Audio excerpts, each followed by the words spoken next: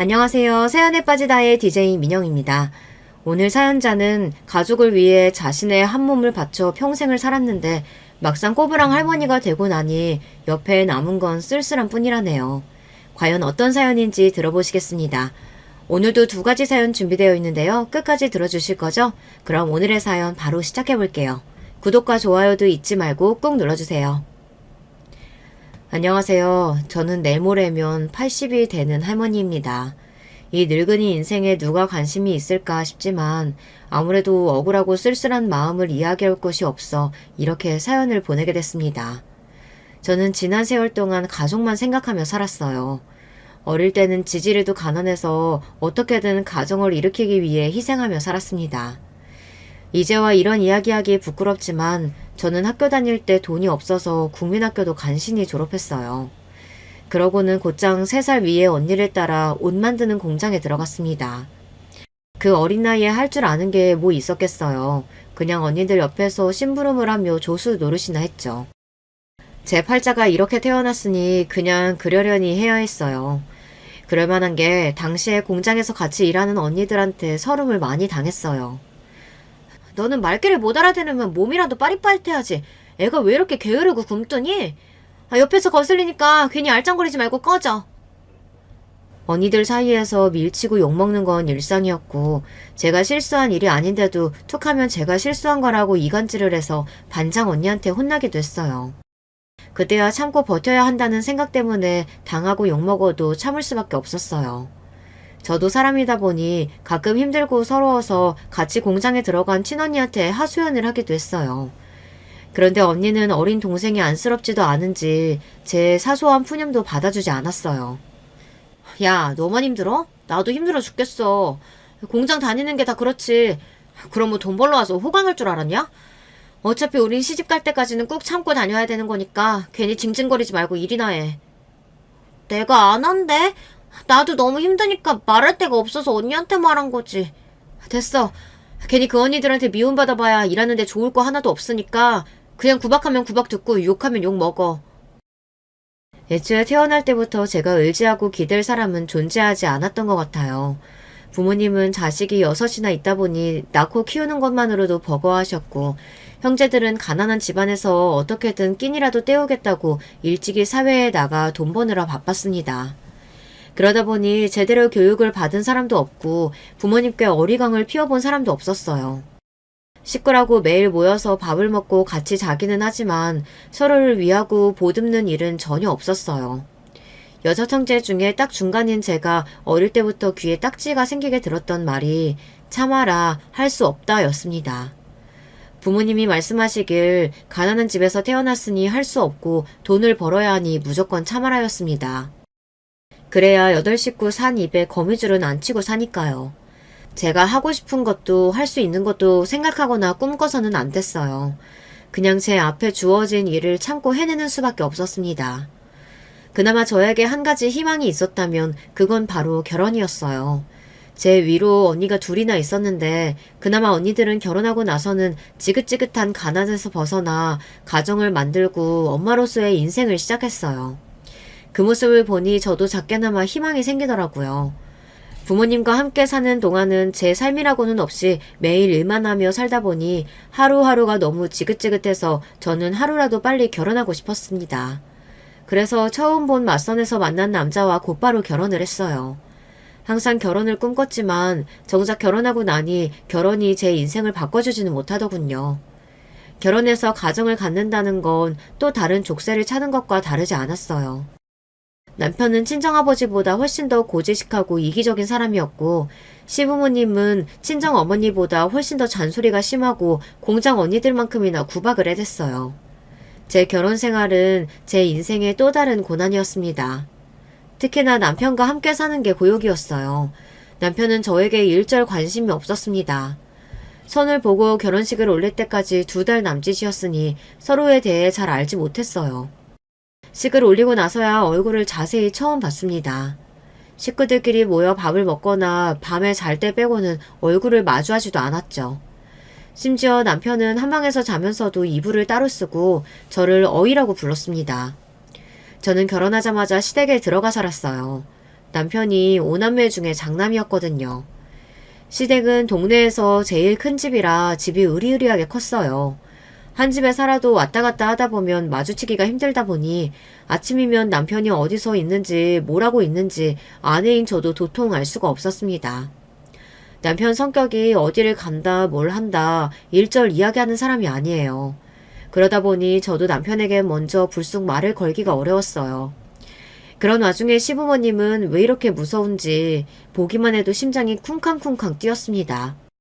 특히나 시어머니는 저를 보기만 해도 잡아먹을 것처럼 무서운 눈빛으로 쏘아보시니 저는 시어머니 눈동자도 제대로 쳐다보지 못했어요. 애미 너는 공장에서 일한다는 애가 바느질 솜씨가 왜 이 모양이야?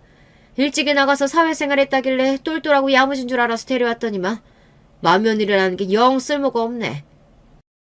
시어머니 말씀대로 국민학교 졸업하자마자 나가서 일하면서 동생들 건사하느라 안 해본 일이 없이 열심히 살았습니다. 어릴 때나 언니들한테 구박을 좀 들었지 크면서는 그런 일 없었어요. 항상 똘똘하고 일 잘한다는 이야기를 들으면서 다녔습니다. 그런데 시어머니는 워낙 큰 살림을 하시는 분이라 그런지 제가 하는 일이 다 못마땅하신 것 같더라고요. 제가 밥을 하든 빨래를 하든 뭘 해도 다 마음에 안 들어 하셨어요. 할 줄 아는 게 없으면 하루라도 빨리 애 만들어서 대일을 생각부터 해. 네 남편이 네가 영 마음에 안 드는지 매일 밖으로만 도는데 그러다가 밖에서 덜컥 애라도 하나 만들어 오면 어쩌려고 그래? 우리 집안이 어떤 집안인지 너도 알지? 네가 친정에서 어떻게 살았건 이제 우리 집 귀신이니 아들 하나는 무조건 낳아야 돼. 아들 못 낳으면 넌 그대로 소박이야? 지금 시대야 절대 용납이 안 되는 말이지만 제가 살아온 시대에만 해도 시부모님이 저런 말을 아무렇지 않게 했어요. 더군다나 없는 집에서 시집온 저 같은 애는 며느리라고 대우받을 생각을 하면 안 됐죠. 집에서 일하는 사람들하고 저는 대우가 별반 다르지 않았어요. 그나마 다행이었던 건 시댁은 가난하지 않았다는 거예요. 남편을 소개했던 고모 말로는 동네에 웬만한 논이랑 밭은 다 남편네 것이라고 했는데요. 그 말이 맞기는 하더라고요. 시집와서 지켜본 바에 의하면 시아버지는 동네에서 유지나 다름없는 사람이었습니다. 그러다 보니 집에 매일같이 손님들이 넘쳤어요. 그 많은 손님을 접대하느라 며느리인 저는 손님상을 차리고 치우느라 하루도 쉴 날이 없었습니다. 어떨 때는 너무 힘들어서 차라리 공장에 나가서 일하는 게 낫겠다 싶은 날도 있었습니다. 그런 와중에 저에게도 좋은 일이 생기기는 생겼어요. 저에게도 결혼한 지 3년 만에 아이가 생겼습니다. 그동안 마음고생을 많이 하면서 누구보다 아이를 기다린 만큼 저는 너무 행복했어요. 제 인생을 통틀어 첫 아이가 생긴 걸 알았던 그날이 제 인생의 최고의 날이라고 해도 과언이 아니에요. 임신하기 전까지는 시댁에서 제 입지가 집에서 일하는 사람들과 별반 다르지 않았었는데 임신을 하고 나니 제 위치가 확 바뀌더군요. 우리 큰며느리야. 뱃속에 우리 장손 생각해서 발 하나하나 디딜 때마다 구름 위를 걷는다고 생각하고 사뿐사뿐 걸어라. 혹여나 나무 뿌리라도 잘못 밟아서 넓어지면 큰일 나니까. 시아버지는 혹여나 제가 어떻게 되기라도 할까봐 아주 귀하게 대해주셨어요. 살면서 그런 대접은 처음 받다 보니 좋기는 하더군요.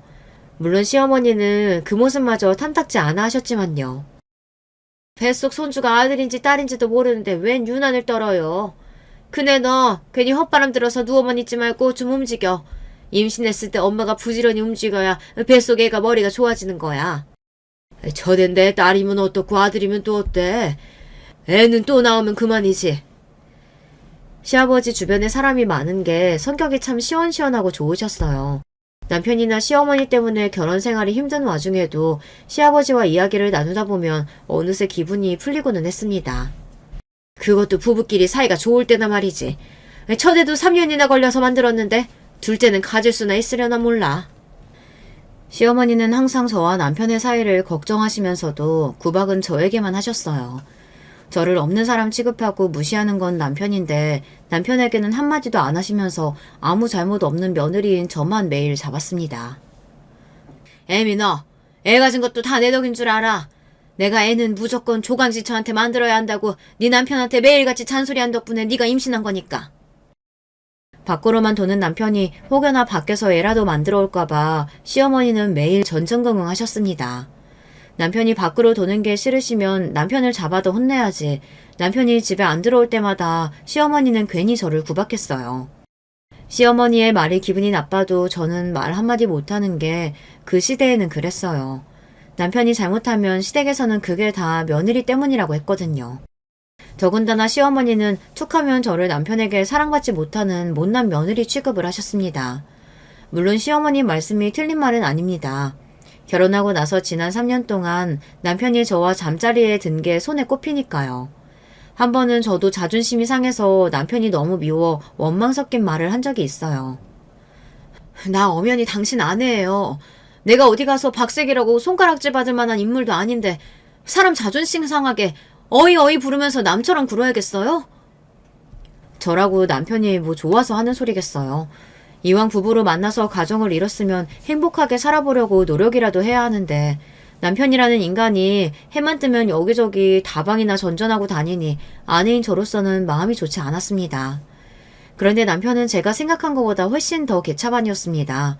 제가 그렇게 말하는데도 제 말을 아예 듣지도 않았어요. 제가 싫다고 하는데도 아침이면 나가서 저녁 늦게나 돼서야 들어왔습니다. 거기다가 술까지 잔뜩 취해서 들어온 날이면 저에게 막말을 퍼붓기까지 했어요. 에이, 여자가 꽃처럼 새처럼 하고 나긋나긋한 맛이라는 게 있어야지. 어디서 막리나다운 여자처럼 나무토막처럼 뿌걱꽃해가지고 남자가 집구석에 들어올 맛이 나겠어? 그나마 술이나 취해야 말이라도 하지 술 안 마신 날에는 아예 말도 안 걸었어요. 그렇게 살다 보니 저는 점점 더 나무토막이 되어가는 것 같았습니다. 이미 시집와서 이 집 귀신이 되기로 했으니 누구한테 하소연할 수도 집을 나갈 수도 없었죠.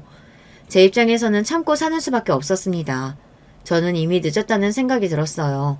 남편이 개차반이든 시어머니가 구박하든 이미 아이까지 가진 마당에 제가 할 수 있는 일은 없었습니다.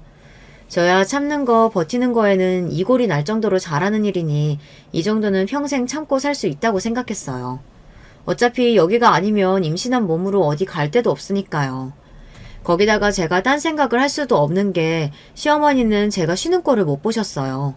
만삭 때도 배가 남산만하게 나왔는데도 설거지며 마당 청소는 항상 저에게 시키셨습니다. 운동해야 애가 건강하다고요. 덕분에 저는 아이를 출산하던 날까지 마당을 쓸고 닦았습니다. 제 첫아이는 딸이었어요. 시어머니는 딸이라는 이야기에 쯧쯧 혀를 차시고 방을 나가버리셨습니다. 첫 딸이 태어난 날 남편은 집에 들어오지도 않았어요. 저는 실망하지 않았습니다. 남편이든 시어머니든 그냥 그런 사람들이라고 생각하기로 했어요. 제가 공장에 다니면서 배운 게 있습니다. 사람은 고쳐 쓰는 게 아니라는 거죠. 모두 다 같은 상황에서 힘들게 일하면서도 옆에 사람에게 도움이 되는 사람이 있고 본인이 힘든 걸 옆에 사람에게 떠넘기는 사람이 있습니다. 이 사람들은 함께 일하는 10년 동안 조금도 변하지 않았어요. 그때 제가 배운 게 되먹지 않은 인간들은 거르는 게 답이라는 겁니다. 남편이든 시어머니든 제가 고른 게 아니에요. 어쩌다 보니 제 남은 인생을 그들과 함께하게 되어버린 거죠. 남편과 시어머니는 개념이 부족하고 기본 예의라고는 없는 인간들이에요. 그냥 제 마음속에 그렇게 낙인을 찍고 나니 오히려 저는 편했습니다. 오로지 제 품에 안겨서 입을 오물거리고 있는 제 아이만을 사랑하기로 했어요. 물론 마음은 그렇게 먹었어도 한 번씩 참지 못하고 마음이 뒤틀릴 때가 있었습니다. 특히나 남편의 고약한 말버릇이 저를 한계에 부딪히게 했어요. 어이, 내가 잠기 밝고 예민해서 옆에 사람이 부스럭거리면 잘 못 잔다고 했잖아. 시끄러우니까 애 데리고 나가서 자. 애가 새벽에 깨서 운다고 남편은 잠자리에서 벌떡 일어나서 저에게 버럭 소리를 질렀어요. 태어난 지 한 달도 안 된 애가 새벽에 그럼 울지 웃어요? 아버지가 돼서 안아주지는 못할 망정 왜 소리를 지르고 그래요? 내 딸만 생각하기로 하고 남편에 대한 기대감을 버리고 나니 저는 오히려 마음이 편해졌습니다. 애는 엄마가 키우는 거지 아버지가 안아주길 뭘 안아줘? 고추도 안 대고 태어난 게 뭐가 이쁘다고? 남편과는 애초에 말이라는 게 통하지 않았습니다. 돌아가신 친정아버지보다 더 말이 안 통했어요. 결국은 애가 태어나고 나서부터는 남편과 아예 각방을 썼습니다. 제가 왜 저의 결혼 생활이 고난이라고 했는지 이제 좀 이해가 가시나요? 저는 남편과 시어머니에게 시녀 취급을 받으며 결혼 생활을 간신히 버텨냈습니다. 그렇게 저는 시댁 귀신으로 그 집에서 30년을 버텼어요. 인간 말종 남편과 전화 보면 지랄하는 시어머니 사이에서 참고 또 참았습니다. 제 나이 50대에 들어섰을 때 시부모님이 두 분 다 돌아가셨어요. 그리고 제가 환갑을 맞이했을 때는 딸과 아들 둘 다 시집 장가를 보냈습니다.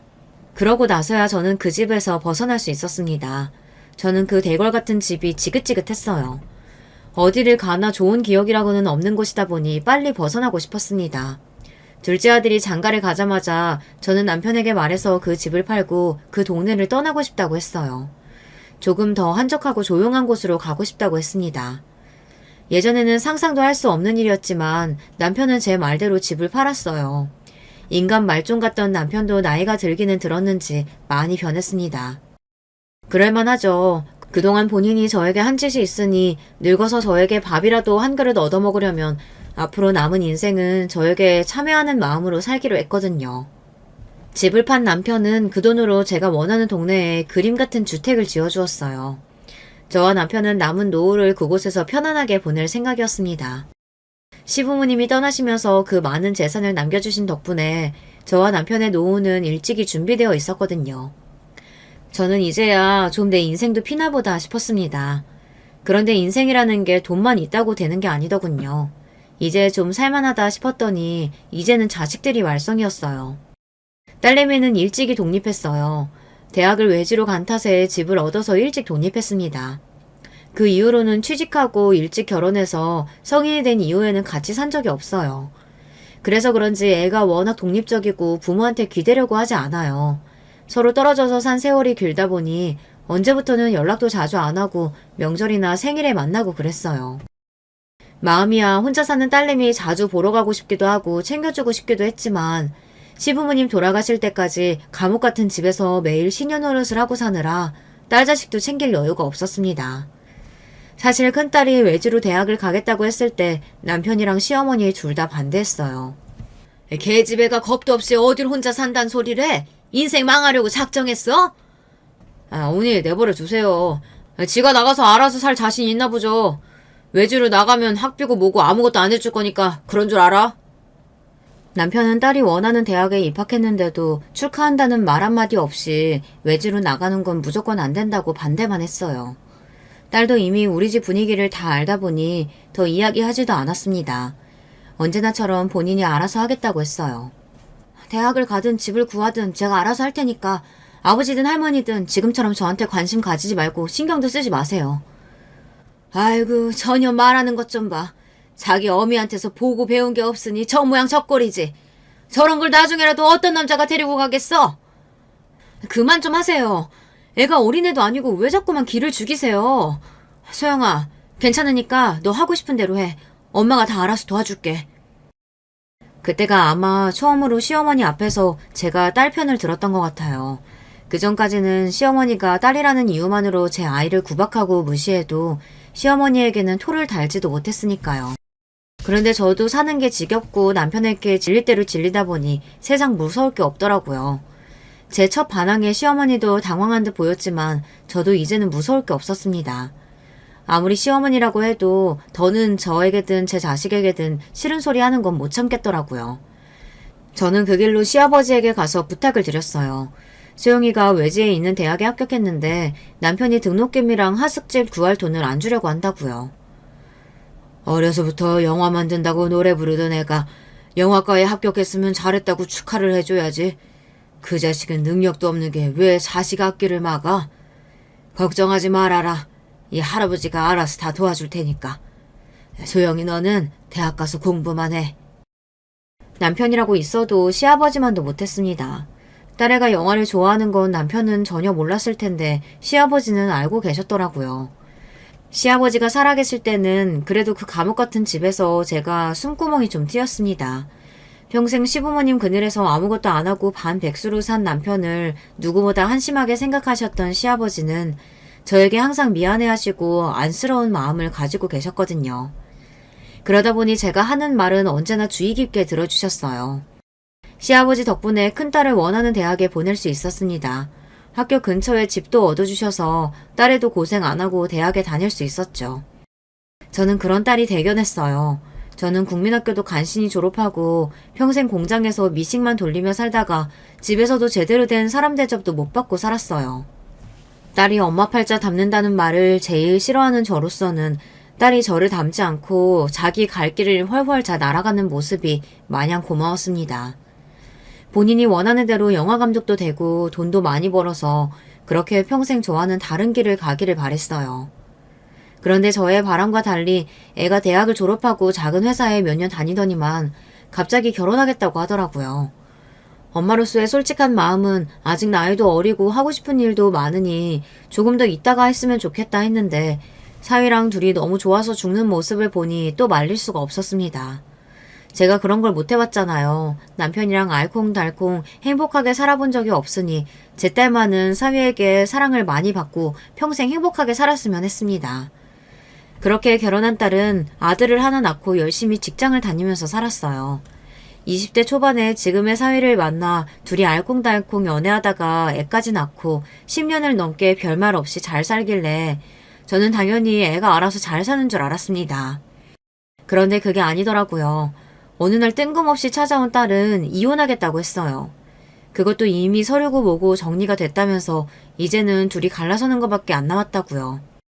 사위와 이혼 이야기가 나온 게 벌써 1년 전이라는데 딸은 그동안 한 번도 저나 남편한테 언질조차 하지 않았어요. 지금까지 싸웠다는 말 한 번도 들은 적이 없었는데 어쩌다가 이혼 이야기까지 나온 거야? 이서방이 뭐 잘못했어? 아니면 네가 뭐 잘못한 거야? 요즘 젊은 사람들이야 살다가 싫으면 헤어지는 게 별로 어려운 일도 아니라고 하지만 제가 옛날 사람이다 보니 애까지 있는 마당에 이혼하겠다는 딸의 말을 쉽게 넘어가기가 어렵더라고요. 이미 다 정리됐다고는 해도 10년을 같이 살았는데 한 번 더 이야기를 해보면 생각이 바뀔지도 모르겠다고 기대했어요. 그런데 제 말에 대한 대답은 일절없이 딸이 이야기를 하는데 그 내용이 기가 막히더군요. 10년이나 같이 살았는데 누가 잘하고 못하고가 뭐가 중요해.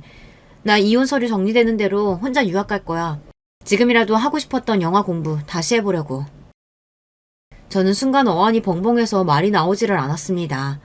딸은 뭔가 대단한 억울한 일이라도 겪기라도 한 것처럼 울분을 토해내는데 저는 마치 꿈을 꾸고 있는 것만 같았어요.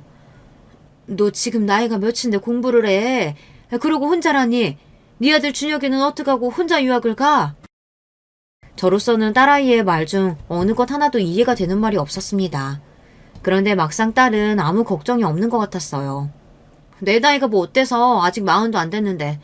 그리고 준혁이랑 아빠랑 산대. 지 아빠가 돈도 더 많고 능력도 있으니까 그러고 싶은 거겠지.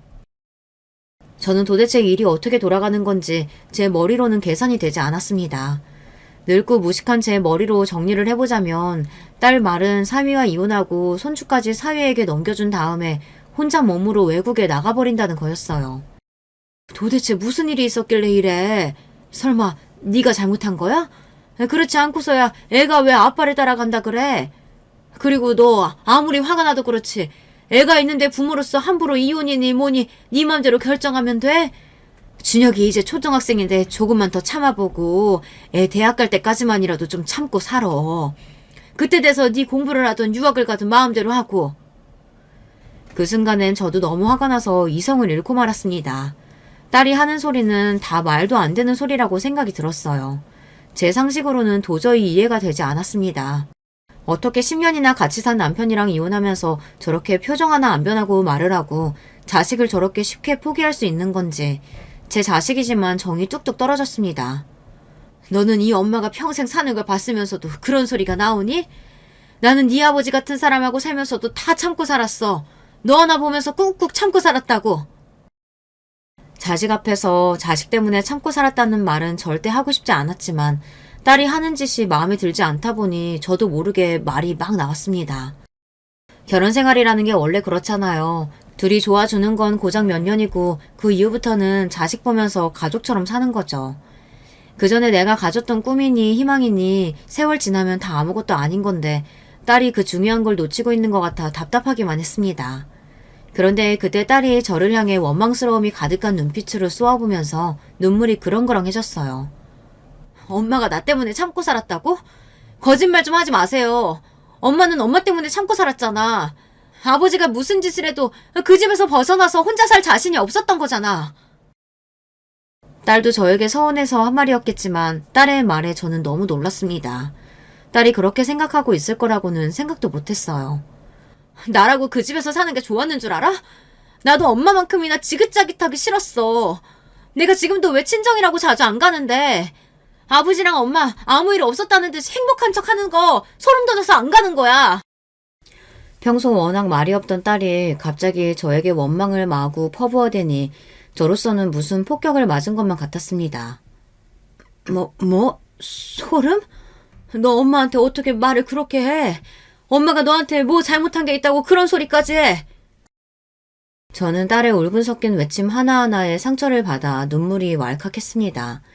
지금까지 살면서 남편이고 시어머니 때문에 속상하고 억울한 일이야 많았지만 그걸 다 버티며 참고 산 건 딸아이 하나 보면서 참고 버틴 거예요. 그런데 그런 딸에게 이런 소리까지 들으니 더 비참하고 가슴이 찢어지는 것 같더군요.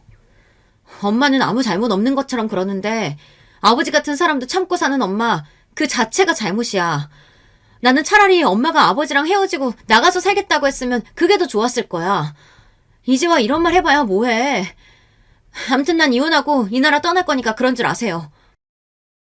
딸은 이혼이니 유학이니 어차피 저에게 허락받겠다고 온 게 아니라며 자기 할 말만 해놓고 가버렸습니다. 그날 제가 얼마나 불행했는지 몰라요. 하루 종일 밥도 안 먹고 자지도 않고 내내 멍하니 거실에 앉아 있었어요. 남편은 무슨 일이냐고 몇 번 묻더니만 제가 아무 말도 하지 않자 혼자 혀를 몇 번 끌끌 차고 방에 들어가 버렸어요. 이런 마음으로 남편과 이야기를 했다가는 제가 남편을 죽여버릴 수도 있겠다는 생각이 들더라고요. 인생이 도대체 뭔지 모르겠습니다. 어릴 때는 부모가 시키는 대로 살았고 결혼해서는 남편과 시어머니라는 장애물을 하루하루 넘으며 간신히 땅을 발에 짚고 살았습니다. 평생 끝나지 않을 마라톤 같던 인생이 이제 마지막에 들어섰다고 생각했을 때쯤 지금까지 살아온 제 인생을 송두리째 뒤흔들어 버릴 정도의 태풍이 몰려왔습니다. 딸의 이혼과 유학이 저에겐 그 정도로 큰 상처였어요. 그런 와중에 눈치 없는 남편은 역시나 철딱선이 없는 짓으로 저를 쉬지 못하게 했습니다. 보석이가 요즘 사업이 잘 된다고 업종 바꿔보겠다고 하더라. 내가 그래서 보은에 땅 있는 거 팔아서 도와주기로 했어. 딸은 아들까지 뺏기고 위자료 한 푼 못 받고 쫓기듯 외국으로 떠났는데 남편은 그 와중에도 아들 걱정만 하고 있었어요. 보은 땅을 팔든 말든 언제 나한테 허락을 받았다 그래. 당신이 알아서 해요. 나는 이 집만 있으면 되니까. 저는 욕심이라고는 없었습니다. 재수없는 남편놈의 재산 같은 거 관심도 없어요. 그냥 지금까지 제가 남편이고 돌아가신 시어머니고 버티며 산 세월에 대한 보답이 이 집 하나면 있으면 돼요. 다른 건 남편이 팔든 씹어먹든 어떻게 해도 상관없었습니다. 둘째 아들은 남편을 그대로 빼다 박았어요. 외모부터 성격까지 뭐 하나 다른 게 없습니다. 제 아들놈이지만 무뚝뚝하고 자기밖에 모르는 게 딱 똑같아요. 저런 놈을 어떤 여자가 좋다고 할까 했는데 어디서 본인이랑 비슷한 여자애를 데리고 와서 장가를 가기로 했습니다. 그런데 둘 다 철이 없어요. 둘째 아들이나 며느리나 어릴 때부터 돈 걱정은 안 하며 산 애들인데 결혼해서도 자기들끼리 뭘 잘해보려고 하지도 않고 내내 부모한테 손만 벌리기 바쁩니다. 며느리가 서울 토박이에요. 어릴 때부터 강남에서 자라서 돈 걱정은 안 하고 살았다는데 애가 좀 사치스럽습니다. 며느리네 친정도 옛날이나 잘 살았지 지금은 바깥 사돈이 대학 교수 퇴임하고 경기도 어디에서 전원생활 중이라는데 크게 도와줄 정도로 여유가 있으신 건 아닌 것 같더라고요. 그러다 보니 아들놈이고 며느리고 비빌 언덕은 남편뿐이니 툭하면 애들 데리고 남편을 찾아왔어요. 요즘 물가 아시죠? 제가 버는 거 가지고 애들 학원비 내면서 내 식구 먹고 살기도 힘들다니까요. 그래도 아버지가 여유 좀 있으시니까 우리 애들 학원비는 좀 도와주세요. 이 귀여운 녀석들 남들 다 하는 건 다 하게 살게 해줘야죠. 자, 우리 새끼들 할아버지한테 가서 안아드려. 어린 손주들을 데리고 와서 남편에게 살랑살랑 애교를 부리게 하고 뭐든 하나라도 얻어가려고 했습니다. 그래 우리 예쁜 새끼들 할아버지가 다 해줘야지.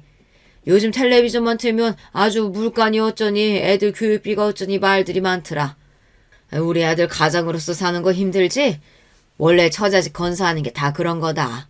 이 아버지가 다른 건 몰라도 우리 손주들 교육비는 책임질 테니까 걱정하지 말아라. 딸내미가 첫 손주를 낳았을 때는 거들떠도 안 보고 사위 하는 일에도 일절 관심이 없었으면서 어쩜 저렇게 아들하고 아들네 손주 일에만 관심이 많은지 모르겠어요. 저는 남편 하는 짓이 미워서 둘째랑 남편이 그런 소리를 하고 있으면 그냥 얼른 자리를 떴습니다. 안 보는 게 오히려 마음이 편했어요. 그럴 때면 며느리가 꼭 저를 따라 주방으로 들어왔어요. 이 집은 올 때마다 느끼는 건데 너무 예쁘게 잘 지으셨어요. 저도 나이 들면 꼭 이런 집에 살고 싶다니까요. 둘째 아들이랑 며느리가 집에 오는 게 불편한 게 며느리라는 애가 이런 여우도 여우가 없어요. 대학도 좋은 대학 나오고 직장도 좋은 데 다녔는데 그게 다 머리가 좋아서 그런 건지 남편이나 제 앞에서 뭐라도 하나 더 받아내려고 하는데 그게 저처럼 멍청한 사람 눈에도 다 보일 정도로 애가 하는 짓이 여우예요. 결혼할 때도 자기는 다른 건 다 필요 없다고 둘이서 행복하게만 살면 된다고 하더니만 정작 결혼 날짜 잡고 준비할 때는 말이 싹 달라지더라고요. 남편 앞에서 일부러 본인 친구 누구는 결혼할 때 어느 동에 아파트를 얼마에 샀는데 가봤더니 너무 좋았다면서 연신 부럽다고 하더라고요. 며느리가 그렇게 말을 하니 저희 남편 같은 사람이 모르는 척 할 수가 없었죠. 거기다 예단은 무조건 샤넬로 해야 나중에 손해를 안 본다고 대놓고 말해서 샤넬 가방도 2개나 사줬습니다. 그때도 애가 하는 짓이 웃겼어요. 백화점에 저랑 남편이랑 같이 갔는데 끝까지 2개를 들고 결정을 못 하더라고요. 이건 평소에 들기 너무 좋고 이건 특별한 날 들고 나가기 너무 좋은 것 같은데 2개 다 너무 예뻐서 결정을 못 하겠어요. 아버님 어때요? 저 어떤 게 어울려요? 가방 2개를 들고 남편 옆에 착 붙어 애교를 부리는데 제 눈에는 얄미워 보였지만 남편은 아주 살살 녹더군요. 2개가 좋으면 2개 다 사야지 뭘 고민해. 여기요. 이거 2개 다 포장해 주세요. 어머 아버님 너무 멋지세요. 감사해요. 그때부터 알아봤지만 며느리와 아들놈이고 결혼해서 사는 동안 아주 남편 등골을 빼먹어도 다 빼먹을 작정인 것 같더라고요. 며느리는 그나마 다니던 직장도 결혼하자마자 그만두고 아들놈은 갑자기 무슨 의류 사업을 하겠다고 남편한테 돈을 뜯어갔어요. 그래놓고 이제와 사업이 또 잘 안 된다면서 남편한테 돈을 더 달라고 했나 봐요. 저라고 왜 아들이나 남편이 걱정 안 되겠어요. 재산이라고 있어도 다 시부모님께 물려받은 거라 사실 남편이 버는 돈은 없습니다. 그나마 건물에서 나오는 돈으로 둘이 생활하는 건데 아들님이 저렇게 자리를 못 잡고 매일 밑 빠진 독에 물 붓는 것처럼 돈을 뜯어가니 저도 걱정이 되기는 했습니다. 애 나이가 몇 살인데 아직도 애한테 전전긍긍해요. 한번 도와줬으면 그걸로 본인이 지지고 볶고 어떻게든 알아서 해야지. 언제까지 도와줄 거예요? 당신이 몰라서 그렇지. 요즘은 애 둘 키우는 게 우리 때랑은 달라. 영어 유치원이니 사립초등학교니 해줄 게 많다니까. 자식이라고 많지도 않은데 부모가 도와줄 수 있으면 도와줘야지. 아이고 그렇게 자식 생각하는 사람이 딸내미는 외국에서 어떻게 살든 말든 그렇게 관심도 없어요? 평생을 지지고 볶고 싸우면서 살았으니 늙어서까지 남편과 싸우고 싶지는 않았습니다. 이제는 그럴 힘도 없고요. 그래서 웬만한 일은 잘 참고 넘겼지만 자식들 가지고 차별할 때는 저도 웃겠습니다. 사람이 양심이 없어도 너무 없으니까요. 계집애가 어릴 때부터 부모 말이라고는 안 듣더니만 결국은 이혼당하고 쫓겨난 거 봐. 본인이 본인 인생 꼬아서 사는 애를 내가 뭐 어떡해? 남편은 변한 게 없었습니다. 다 늙어서 버림받을까봐 슬슬 제 눈치나 보면서 사는 거지. 그 속은 옛날이나 지금이나 똑같았어요. 그런데 생각지도 못한 일이 벌어지고 말았습니다. 천년만년 살 줄 알았던 남편이 갑자기 죽어버렸어요. 어떤 날과 마찬가지로 아침부터 스쿠터를 끌고 동네 산책을 간다고 나간 양반이 밥 먹을 때가 돼서도 들어오질 않길래 전화를 해봤더니만 받지를 않더라고요. 저는 또 어디서 동네 사람들이랑 모여 고스톱이나 치고 있나 보다 했는데 그게 아니었어요. 몇 분 후 전화가 걸려왔는데 글쎄 병원이랍니다. 남편이 스쿠터를 타고 가다가 교통사고가 났나 보더라고요. 길이 워낙 사람이 안 다니는 으슥한 골목이었는데 남편을 친 차량이 그대로 그냥 도주해버려서 몇 시간 동안 길에 그대로 방치되어 있다가 지나가던 사람에 의해 발견돼서 응급실로 실려오긴 했지만 이미 사망했답니다. 저는 믿을 수가 없었어요. 남편은 아침이면 어김없이 일찍 일어나 아침을 간단히 먹고 동네 여기저기를 어슬렁거리며 걸어다니다가 이 사람 저 사람이랑 놀고 술이나 한 잔 걸치고 들어오면 그거만큼 낙이 없는 사람이었습니다. 몇십 년을 그렇게 살았습니다. 젊어서 다방 여자들을 그렇게 만나고 밤 늦게까지 술에 잔뜩 취해서 들어와도 길에서 한 번 넘어지고 들어온 적이 없었던 사람이었죠. 그런 사람이 차에 치여서 몇 시간이나 길에 누워있다가 그대로 죽었다고 생각하니 도저히 믿기지가 않았습니다. 이 나이까지 제가 무릎 수술을 2번이나 받고 당뇨약을 먹을 때까지도 그 인간은 그 흔한 감기 한 번 안 걸린 양반이에요. 제가 몇십 년 동안 욕을 해서 그 인간만큼은 벽에 똥칠할 때까지 살 줄 알았는데 이렇게 허망하게 갈 줄은 몰랐습니다. 남편 장례를 치르고 저는 그 큰 집에 혼자 남겨졌습니다. 젊어서부터 이 순간만을 간절히 바라고 또 바랬는데 막상 혼자가 되자 말로 표현할 수 없을 정도로 허무하고 허탈하더군요. 집안 곳곳에 남은 남편의 흔적을 보는데 아무것도 손을 댈 수가 없었어요. 남편이 죽고 49제를 치를 때까지 남편이 죽었다는 게 실감이 나지를 않았습니다. 49제가 지나고 딸은 다시 원래 있던 나라로 돌아갔어요. 장례 끝나고 바로 돌아갈 줄 알았는데 혼자 남은 제가 걱정되기는 했는지 49제까지 같이 있어주다 일이 있다면서 다시 돌아갔습니다. 그런데 딸이 웬일로 같이 가자는 말을 하더라고요. 엄마도 외국에 나가본 적 없으니까 이 김에 나랑 같이 나가서 살래? 여기 있어봐야 엄마도 혼자고 거기서 나도 혼자니까 그냥 같이 살지 뭐. 저나 딸이나 서로 떨어져 산 지가 오래라 서로 살가운 소리를 못해요. 딸로서는 그 말이 저에 대한 걱정을 최대한 표현한 거겠죠. 저만 여기에 두고 혼자 가기가 아무래도 신경 쓰였나 보더라고요. 저는 딸의 그런 마음이 마냥 고마웠습니다. 아이고, 영어 한마디 못하는 사람이 그 먼데 가서 어떻게 살아. 엄마는 혼자여도 여기가 편해. 걱정하지 말고 조심해 돌아가. 이런 깡시골이 뭐가 좋다고. 그리고 평생 괴롭히던 사람이 죽었는데 뭐가 그렇게 슬퍼서 우울하게 있어요. 다른 건 몰라도 아버지가 돈은 많이 남기고 죽었으니까 엄마도 이제 마음 편히 돈이나 펑펑 쓰면서 편하게 살아. 무슨 일 있으면 바로 연락하고. 딸아이 말이 맞았습니다. 저도 남편이라면 치가 떨리고 지긋지긋해요. 이제 정말 그 인간 없이 혼자가 되었으니 제 마음대로 하고 살면 그만이었습니다. 그런데 그것도 마음대로 되지를 않네요. 이놈의 몸뚱아리가 마음대로 되지를 않아요. 몇 년 전 수술한 무릎에 또 뭐가 문제가 생겼는지 너무 아파서 걷는 것도 힘들었어요. 시골에 혼자 있다 보니 도저히 서울에 있는 병원까지 혼자 갈 수가 없어서 둘째에게 연락을 했습니다. 하루 쉬는 날 병원에 좀 데리고 가달라고요. 아들은 흔쾌히 알겠다면서 바로 다음날 며느리랑 같이 집에 내려왔습니다. 둘째 아들네와 함께 서울에 있는 병원에 갔다가 근처 식당에서 밥을 먹었어요. 그런데 며느리가 생각지도 못한 이야기를 하더라고요. 어머니는 이렇게 힘드신데 앞으로 어떻게 혼자 계시려고 그러세요? 치료받으시려면 병원에도 자주 가야 하니까 그냥 서울에 올라오시는 거 어때요? 저희가 모실게요. 마냥 철이라고는 없게 봤는데 며느리가 제 생각을 많이 하고 있더라고요. 남편 죽고 시골에 혼자 남은 제가 식사는 잘 하시는지 아프신 데는 없는지 매일 걱정했답니다. 그러면서 하는 말이 이제 아이들도 다 크고 여유가 생겼으니 저더러 본인들 집에 들어와서 살래요. 며느리가 저를 모시겠다고요. 겉으로 티를 내진 않았지만 저는 좋았습니다. 사실 눈물이 핑 돌 정도로 좋았어요. 지금까지 마음고생, 몸고생 많이 하면서 살았는데 이제야 좀 팔자가 피기는 피나보다 싶더라고요. 그날 이후 일이 일사천리로 진행됐어요. 아들이 먼저 제 짐이랑 물건을 싹 다 본인 집에 옮겨다주고 저를 모시고 올라왔습니다. 그리고 남편과 살던 집도 다 팔았어요. 제가 내모레면 80인데 살아봐야 얼마나 살겠어요. 남편을 보니 목숨이라는 게 하루아침에 어떻게 될지 모르는 건데 정신이 온전할 때 다 정리하는 게 좋겠더라고요. 이제 식구라고는 딸하고 아들 내외뿐인데 이왕 정리하는 거 땅까지 정리해서 아들에게 다 줬어요. 아들이랑 며느리가 대놓고 저에게 돈을 달라고 한 건 아니에요. 제가 서울에 올라와서 보니 아들이랑 며느리가 돈이 필요하기는 할 것 같아 제가 알아서 준 겁니다. 어머니 감사해요. 안 그래도 저희가 급해서 사업을 접어야 하나 말아야 하나 고민하고 있었어요. 아이고 사업 접으면 앞으로 뭘 먹고 살아.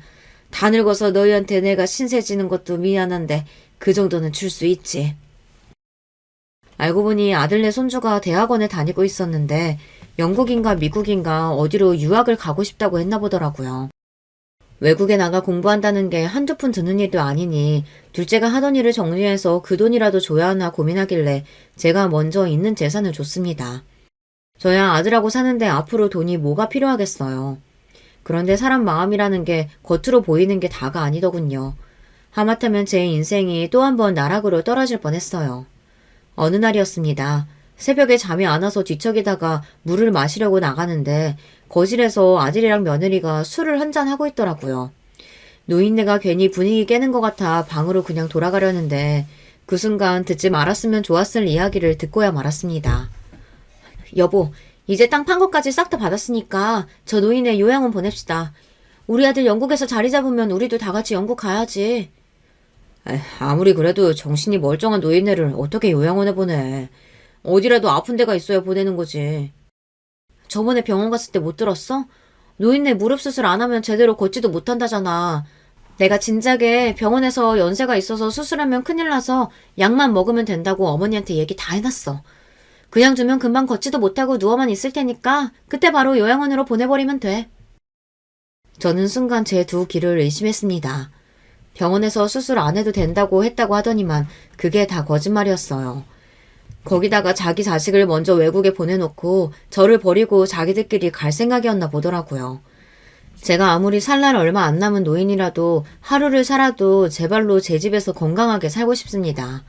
그런데 자식이라고 있는 것들이 저런 소리를 하고 있으니 속이 말이 아니더군요. 저는 도저히 천불이 나서 잠을 잘 수가 없었습니다. 저는 곧장 어디론가 전화를 걸었어요. 그리고 며칠 뒤 집으로 손님이 왔습니다. 손님은 바로 제 딸이었어요. 딸은 아들네 집에 도착하자마자 캐리어를 바닥에 내동댕이 치고 곧바로 둘째와 며느리에게 달려들었어요. 웃기고들 앉았네. 너희들이 감히 우리 엄마 재산 다 뺏어버리려고 했어? 김보석, 너 정신 차려 이 새끼야. 너 우리 엄마 아들 아니야. 아버지가 밖에서 나온 혼외자라고. 그런 걸 엄마가 기껏 금이야 오기야 키워줬더니만 이게 감히 은혜를 원수로 갚아? 내가 너희들 가만히 둘 줄 알아? 뭐? 엄마가 내 친엄마가 아니라고? 누나 지금 그걸 말이라고 해? 그럴 리가 없잖아. 내가 아버지를 왜 그렇게 미워했는지 알아? 내 기억 속의 아버지라는 사람은 매일 아침에 눈만 뜨면 동네 다방이라는 다방 다 돌아다니면서 양쪽에 여자 끼고 다녔어. 내가 친구들하고 시내만 나가면 그런 꼴을 얼마나 많이 받는 줄 아냐고. 말도 안 돼. 그럼 날 낳아준 사람은 누구라는 거야? 누구긴 누구야. 그 다방년들 중 하나겠지. 그깟 더러운 상간녀 내가 알게 뭐야. 말도 안 돼. 형님 지금 거짓말 하시는 거죠? 어머니 재산 우리가 다 가져갈 거라고 지금 이러는 거잖아요. 그쵸 어머니? 아니죠? 보석씨 어머님 아들 맞잖아요. 며느리는 지금 이 상황이 믿기지 않는다는 듯 제게 다가와 매달렸어요. 소영이 말이 다 맞아. 보석이 너 아버지가 밖에서 낳아온 혼외자야. 그 상간녀가 나랑 너희 아버지 모르게 너 낳았는데 도저히 못 키우겠다면서 어느 날 우리 집에 데려왔더라. 어머, 말도 안 돼. 어떻게 그런 일이 있을 수가 있어? 아버님 너무하신 거 아니야? 며느리와 아들놈은 자기들이 저지른 일은 다 까맣게 잊어버렸는지 지금 당장 벌어진 일에만 놀라서 허둥거렸어요. 그 모습이 얼마나 꼴보기가 싫은지 화가 치밀어 오르더군요. 내가 널 어떻게 키웠는데 네가 감히 나를 환자를 만들어서 요양원에 버리려고 그래? 네가 그러고도 사람이니? 저는 둘째에게 다가가 그놈의 뺨을 후려 갈렸습니다. 처음이에요. 딸이야 키우면서 잘못하면 한 번씩 때리기는 했었는데 아들놈을 때린 건 처음이었습니다. 혹여나 제가 진짜 엄마가 아니라는 걸 아들이 알게 되기라도 할까봐 딸보다 더 눈치 보고 신경 쓰면서 키웠어요. 당시에 중학생이었던 딸내미는 이미 아들이 제 아들이 아니라는 걸 알고 있었습니다. 그럴 수밖에 없죠. 어느 날 갑자기 돌이 다 된 애가 동생이라고 나타났으니 한참 사춘기였던 딸내미는 모를 수가 없었죠. 지금 생각해보면 그때 딸 말대로 했어야 했어요. 엄마는 도대체 왜 아버지랑 살아? 다른 여자랑 바람 피우고 자식까지 낳는데 그게 용서가 돼? 용서는 무슨 용서. 그냥 무슨 일이 있든 나는 나대로 사는 거지. 그러니까 너도 앞으로 입 조심해. 보석이는 무슨 일이 있어도 네 동생이야. 행여난 누구한테도 보석이 밖에서 나온 애라고 소리하면 안 돼. 알았지? 제가 딸에게 못할 짓 많이 했습니다. 딸도 한참 예민한 시기였을 텐데 얼마나 힘들었겠어요. 그런 와중에 저는 제 생각만 하느라 딸에게 평생 숨기고 살아야 한다고 거짓말까지 시켰죠. 저는 못난 엄마입니다. 제 행동에 아들놈이 놀라기는 했는지 바닥에 주저앉았어요. 그놈에게도 상처였겠죠. 평생을 친어머니라고 생각했던 사람이 진짜 어머니가 아니라는 사실을 알게 된 거니까요. 어쩌면 그게 이 녀석에게 가장 큰 복수였는지도 모르겠습니다. 저는 둘째가 제 친아들이 아니라는 사실을 평생 비밀로 안고 갈 생각이었습니다. 남편이나 그 다방녀는 생각만 해도 둘 다 미웠지만 애는 잘못이 없잖아요. 이제 막 돌도 안 된 애가 누워서 새근새근 잠을 자는데 그 모습이 남편하고 너무 똑같이 생겨서 도저히 미워할 수가 없었어요. 그래서 그 순간부터는 그 아이가 제 아들이라고 생각한 겁니다. 물론 당시에 저에게는 딸밖에 없다 보니 시어머니께서 그 아이를 당연히 우리 자식으로 받아들일 줄 알았어요. 하지만 꼭 시어머니 때문만은 아닙니다. 어미에게 버림받은 아이를 그대로 둘 수는 없었어요. 남편의 아이이니 내 아이다 생각하기로 했죠. 하지만 이제는 아닙니다. 저 녀석은 제 자식이 아니에요. 제가 어떤 마음으로 본인에게 재산을 다 주겠다고 했는지 생각도 못하고 저 녀석이 저를 배신하려고 했어요. 그날 이후 저에게는 많은 변화가 있었습니다. 변호사에게 알아보니 아들이 저를 모시겠다고 속여서 재산을 증여한 거기 때문에 소송을 하면 다시 받아올 수 있다고 하더군요. 얼마 뒤 저는 딸을 주려고 남겨뒀던 건물을 다 팔고 아들에게 줬던 재산도 다 다시 뺏었습니다. 그리고 바로 무릎 수술을 하고 재활을 한 뒤 딸을 따라 캐나다로 갔습니다. 그 사이에도 둘째에게 여러 번 연락이 왔지만 일절 받지 않았어요. 딸이 캐나다에서 대학도 다니고 취직도 하더니만 시민권을 땄더라고요. 저도 딸을 따라 캐나다에 갔습니다. 캐나다에 오기 전까지 많은 고민을 했지만 오기를 잘했다는 생각이 듭니다. 제 인생에 이런 날이 올 줄은 몰랐는데 그림에나 나올 것 같은 호수가 앞에 보이는 집에 살게 됐거든요. 80을 앞둔 나이에 인생이 좋아봐야 얼마나 더 좋을까 싶었는데 지금은 너무 행복합니다. 한국에 사는 동안은 생각도 하고 싶지 않을 정도로 끔찍한 일들이 있었는데 앞으로 남은 인생은 한국과는 전혀 다른 이곳에서 다른 사람처럼 살아보고 싶어요. 여유롭고 우아한 할머니로요. 어쩌면 뒤늦게 꿈을 이룬지도 모르겠습니다. 언제나 딸과 둘이 행복해질 날만을 꿈꿨었는데 이제야 이룬 것 같아요. 둘째 놈은 어떻게 사는지 전혀 모르겠습니다. 괜히 소식을 듣게 되면 키운 정이 있으니 마음이 쓰여서 조금이라도 도와주고 싶을 것 같아 아예 한국에 있는 사람들하고는 인연을 끊었어요. 저는 요즘 아주 행복합니다. 이 나이에 이런 인생도 있다는 거 많은 사람들에게 알려드리고 싶어 사연을 쓰기 시작했는데 구구절절 제 하소연만 늘어났네요. 여러분은 저처럼 후회만 남는 인생 말고 언제나 즐거운 인생 사시길 진심으로 바라겠습니다. 끝까지 제 이야기 들어주셔서 감사해요. 가끔씩 잠이 안 올 때마다 사연에 빠지다 채널을 틀어놓고는 하는데 이렇게 제가 직접 사연을 보내게 될 줄은 몰랐네요. 제가 약간 속으로 삭히는 스타일이고 나쁘게 보자면 소심하고 좋게 보자면 차분한 사람이라 이런 사연 참여도 많이 망설였어요. 솔직히 밝히자면 욕이라도 먹을까봐 걱정이 됐고요. 하지만 참을 때까지 나름 참아보다가 터지고 말았던 제 경험담을 한 번쯤은 어딘가에 공유하고픈 마음이 자꾸 들어서 결단을 내렸네요. 사연을 보면 별 기구한 환경에서 자라신 분부터 아마도 우리나라에서 손꼽히지 않을까 싶은 재력가 분들도 등장을 하시던데 그런 것에서 제 위치를 빗대어 표현을 해드리자면 저는 여러분이 아마 살아오시면서 주변에 꼭 한둘쯤은 보셨을 법한 그런 수준의 환경에서 자라나 그런 성격을 가진 사람입니다. 제가 아주 어렸을 때 아버지가 돌아가셨어요. 밤에 술에 취하신 채로 무단 횡단을 하다가 비명 횡사하셨습니다. 제 위로는 나이 차이가 9살이나 나는 오빠가 있었는데 아버지가 돌아가신 이후로 고모라는 분께서 오빠를 맡아 키우기로 하시고 데려가셨어요. 제가 고모를 먼 어감으로 표현하는 건 저는 그 이전까지 짧은 생 동안 고모를 뵌 적이 없었기 때문이에요. 그 이후로 고모는 캐나다로 이민을 가셨고 당연히 오빠도 함께였으며 그렇게 가족의 연이 끊어지게 되었습니다. 저는 엄마가 가끔씩 밤마다 소주 한 병에 쉰 김치 하나를 안주 삼아 드시면서 흐느끼시는 걸 몰래 들어왔죠. 아들 하나라도 먹고 살 걱정은 없을 것 같은 환경에 보냈으니 다행이라고 해야 하나. 아니면 남겨진 딸이 불쌍하고 미안하다고 한탄을 해야 하나. 진작에 사이가 안 좋았던 남편이란 냉혈한 교류 한 번 제대로 없었던 매정한 시댁 인간들. 그것들하고 전부 인연을 끊고 살았다면 우리 딸, 우리 서영이 고된 인생을 시작하지도 않았을 텐데 전부 내 잘못이야. 저는 그 흐느낌을 언제나 못 드는 척하면서 이불 속에서 숨을 죽였습니다. 저희 집은 무척 가난한 편이었어요. 아버지가 돌아가신 이후로는 더했죠. 어렸기에 잘 몰랐지만 커가면서 유추할 수 있었던 것은 아버지뿐만 아니라 친가 사람들이 전부 자기 밥그릇만 딱딱 챙기면서 살고 온정이라는 게 없는 유형들이라는 것이었어요. 아마 천성이 그랬나 봐요. 저희 집이 어려웠는데도 친가의 친척들은 누구 하나 도와주기는커녕 아는 채도 안 했던 것 같아요. 그러다가 아버지가 갑자기 돌아가시자 그나마 고모가 캐나다로 가실 예정에 저희 오빠를 끼워주셨던 거죠. 참고로 오빠는 친탁을 한 성격이었습니다.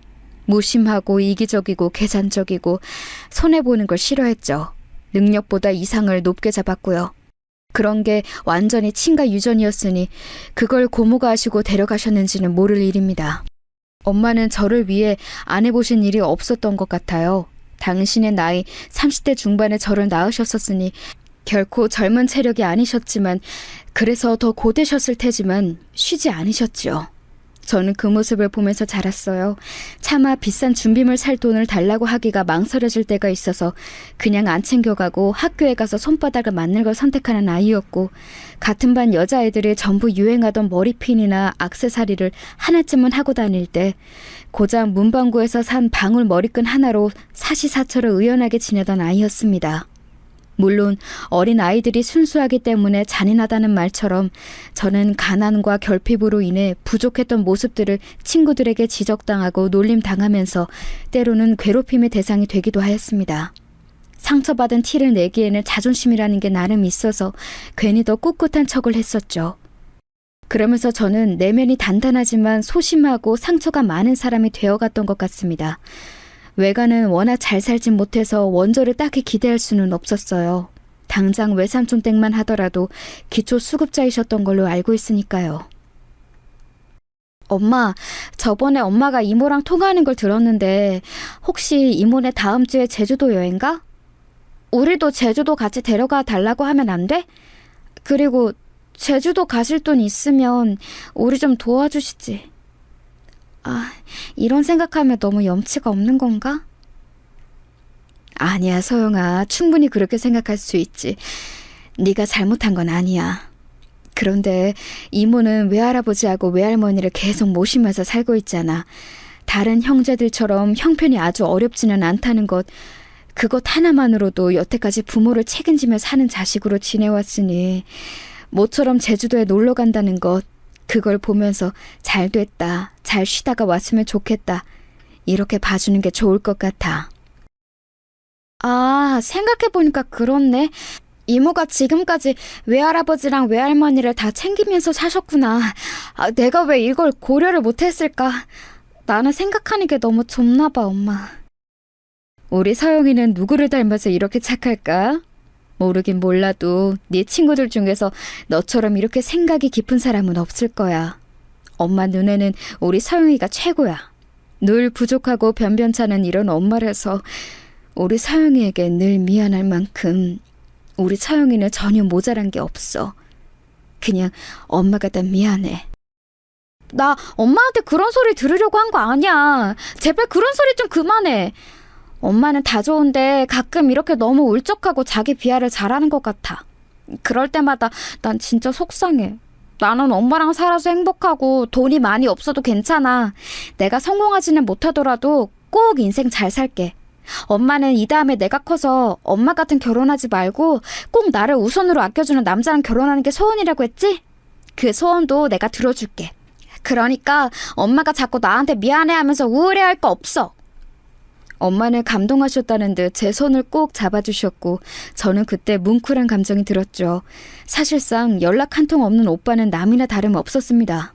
저는 그저 피를 나눈 형제가 지구상 어딘가에 존재한다는 정도로 생각하며 끝이었지만 엄마에게는 친자식이었으니 그 심정이 오죽하셨을까요? 밤에 잠이 안 오실 때마다 깊은 한숨을 내쉬며 뒤척거리시는 게 오빠를 생각하고 계셔서 그러시는 것만 같았어요. 그래서 제가 더욱 잘하고자 하였습니다. 그런데요, 인생이라는 게 왜 뜻대로 안 흘러갈까요? 세월이 흘러 저는 남편을 만나게 되었는데요. 우연히 지인의 지인을 통해서 알게 되었던 남편이 처음에는 그저 별다르지 않게 느껴졌어요. 다리를 살짝 전다는 걸 알게 되기 전까지는 말이죠. 궁금해지더라고요. 무슨 사연이 있었는지 말이죠. 나는 나처럼 군대에서 힘든 일을 겪은 사람도 또 없다고 생각해. 나 군대에 있을 때 아버지 돌아가셨지? 우리 누나가 매형 바람 때문에 상심해서 건물 옥상에 올라가 죽는다고 난리쳐서 엄마 충격으로 쓰러지셨지. 그리고 결정적으로 내가 훈련 도중에 다리를 다쳤는데 제때 적절한 치료를 못 받아서 영영 이쪽을 절게 되었지. 어디 나처럼 힘든 군생활 보내본 사람이 있으면 나와보라고 하고 싶네. 그런 일이 있었구나. 근데 이야기 듣기 전에는 그런 사연이 있었을 거라고는 짐작도 못했어. 그냥 수더분하고 사람들하고 잘 어울리고 그런 사람으로만 보였어. 되게 내면이 강한 사람이구나. 내가 본받아야겠네. 다들 내 얘기 듣고 나면 나를 동정하거나 별정 보듯이 쳐다보거나 아니면 부담스러워하던데 이런 반응 보이는 사람은 또 처음이다. 저희는 서로에게 묘한 호감을 느꼈습니다. 그게 시작이었고 끝내 부부의 연으로 이어졌죠. 저희 엄마도 남편을 괜찮게 보셨어요. 사람은 겉보다 속이 중요하다고 제가 좋다면 당신께서는 상관없다고 말씀을 해주신 이후로 저는 남편에게 마음을 더 열게 되었던 것 같습니다. 그러나 모든 게 지나간 지금이야 이르러서야 저는 차분하게 생각이라는 걸 해봅니다. 인정을 해보자면 저는 아마도 어렸을 때부터 어려운 환경에서도 버텨야 한다는 강박, 힘든 엄마께 짐이 되어서는 안 된다는 착한 아이 증후군, 이런 것들을 쌓아오면서 어쩌면 남편을 보자마자 익숙한 환경의 내음을 맡은 것일지도 모르겠습니다. 좀 더 다채롭게 살아오지 못한 저의 쓰라린 잘못이겠지요. 남편하고 결혼하기까지 딱 거기까지는 모든 게 좋았어요. 문제가 없었죠. 시어머니께서도 저를 반겨주셨고요. 그래, 우리 범준이하고 결혼하기로 했다고? 잘 생각했어. 고마워. 내가 앞으로 며느리 사랑으로는 동네에서 최고로 꼽히는 시어머니가 되어보도록 내가 그렇게 할 테니까 우리 범준이 잘 좀 부탁할게. 내 아들이어서가 아니라 정말로 착하고 성실하고 인물도 빠지지 않고 정말 괜찮은 녀석이야. 네, 어머님 괜찮은 사람인 거 저도 알아요. 앞으로 잘 살아볼게요. 저도 잘 부탁드립니다. 그렇게 훈훈한 고부 관계의 시작, 결혼 생활의 시작인 줄로만 알았습니다. 하지만 몇 달이 흐르자 하늘이 저를 비웃으며 이러더군요. 착각도 유분수라고 말이죠. 남편이 출퇴근을 잘했고 회사에서도 자기 일은 잘하는 모양이었는데 집안일은 정말이지 전부 다 저희 몫이었어요. 열이면 열 전부 다요. 쓰레기하고 음식물 버리러 나가는 일조차 제 몫이었으니 말 다 했다고 봅니다. 하라고 시키면 입으로는 알겠다고 해요. 그래놓고 1시간이고 2시간이 지나도 안 합니다. 어렸을 때부터 집안일 야무지게 하면서 엄마의 일을 덜어주려고 안달이었던 저는 깔끔하게 해놓는 것에 이골이 났을 정도였기 때문에 지저분하고 더러운 게 너저분하게 널려있는 꼴을 잘 못 봐요. 그래서 꾹 참고 결국에 제가 그걸 정리하면 남편이 눈 동그랗게 뜨면서 꼭 이렇게 말을 했죠. 내가 이따 하려고 했는데 당신이 치웠어? 에이, 그냥 두지. 내가 할 거였는데.